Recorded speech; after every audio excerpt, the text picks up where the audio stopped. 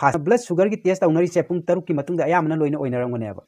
अदु matang sida laibadi aina mayam da pijaningiba point amadi karino hai kan numidang ki chak chak khra matungda akhoi gi blood sugar se chung wangkhlaklamaga adogidi matam sangna chadana akhoi na potharaga tumduna laikhrabani hariba blood sugar se sum